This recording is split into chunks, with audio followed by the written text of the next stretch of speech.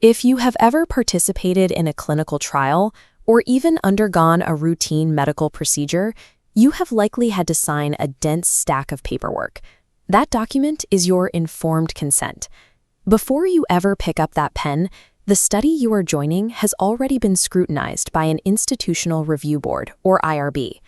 An IRB is an independent committee of experts and community members that must approve any research involving human subjects. Because of these boards, you retain the absolute legal right to withdraw from a medical study at any time for any reason. These ethical boundaries are relatively new inventions.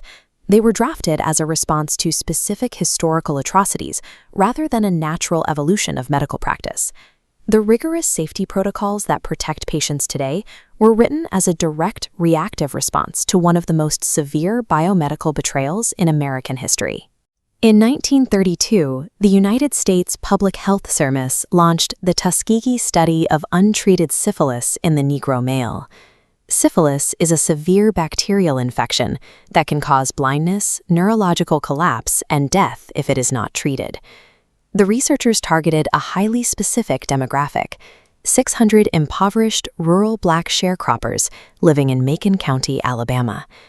To recruit these men, the federal government offered free healthcare and routine medical exams, services that were almost entirely inaccessible to this community during the Great Depression.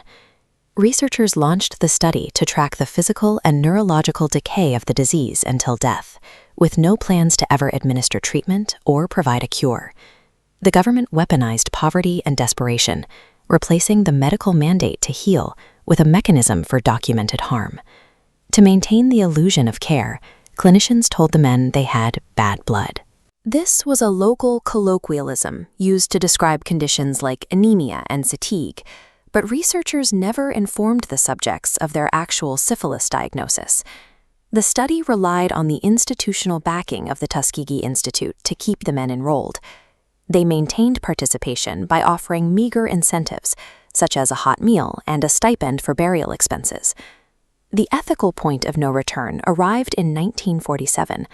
By this time, penicillin had become the standard cure for syphilis. Researchers actively blocked the men from receiving the antibiotic. When subjects were drafted during World War II and ordered by military doctors to obtain treatment, public health service officials intervened directly to intercept them and prevent the cure from being administered. Researchers chose to prioritize the integrity of their data over the lives of their subjects, transforming the study into a 40-year exercise in state-sponsored neglect.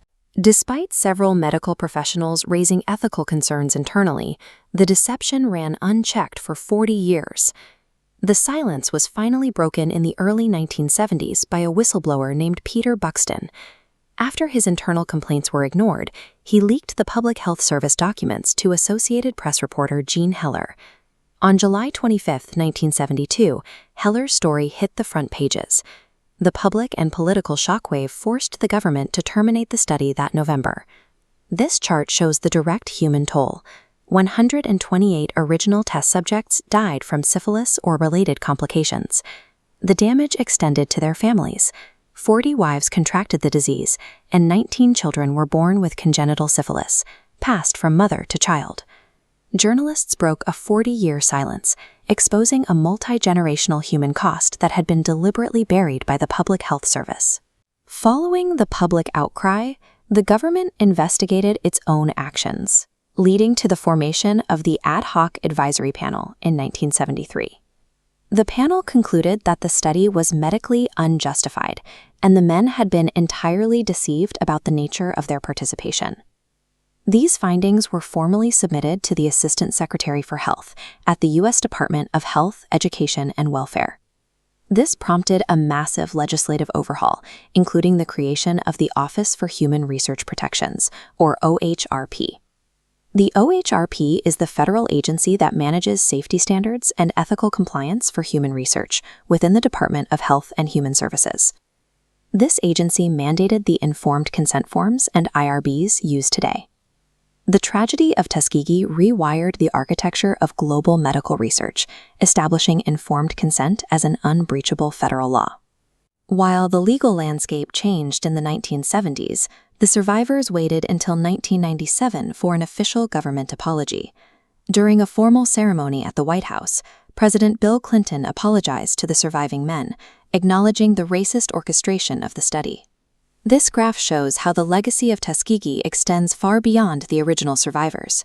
Following the 1972 disclosure, medical trust plummeted, and life expectancy for older Black men fell by an estimated 1.4 years as they avoided medical institutions. This historical betrayal continues to influence modern healthcare disparities and vaccine hesitancy. Organizations like the Tuskegee History Center work today to educate the public on this exact history.